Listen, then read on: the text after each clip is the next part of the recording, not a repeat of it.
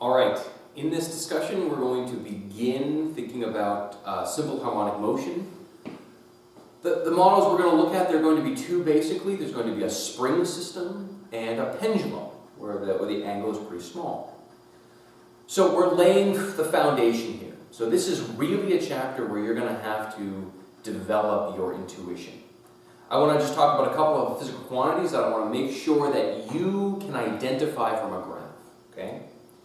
One, what does periodic mean? Well, it means that the motion repeats itself. So there's a period. So make sure that you can identify the period. You should have units of time, usually seconds, okay, but not always.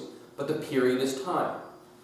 You should also know how to get the frequency of that motion, right? So if something repeats, the period is the time between ticks, and the frequency is how rapidly we tick. Make sure that you can do that. If you look at a graph, all right, make sure that you can extract the amplitude. So, very specifically, spend some time, refresh yourself on what cosine and sine look like. It's going to be imperative. You've seen this before. I'm going to expect that you know how to do that. So just know that right away. Now I'm going to jump right in.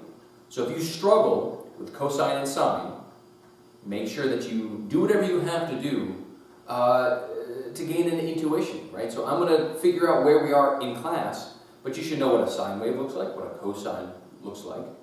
When you do the reading, all right, make sure that when you look at these graphs, you can extract period, amplitude, frequency if necessary. Now, I'm going to add one thing in our discussion. So if you want to go and explore this on your own or refresh your memory, I'm sure that you've seen it before.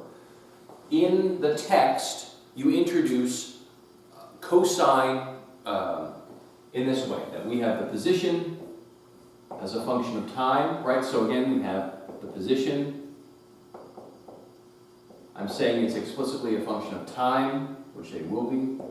You have some constant up front.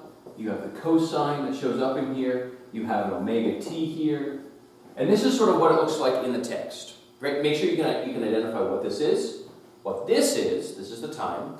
I'm going to add something in class. I'm going to add a phase here. Okay? So you're introduced to motions that begin at rest. Okay? So for the spring, we're going to pull the spring back and we're going to let it go. Well, this allows us to think about pulling it back and giving it some initial velocity. So we're going to develop the math of it. But again, these are things that you've seen a bunch of times. Okay, you may have forgotten them, but we got to regurgitate them from wherever it is that they're living.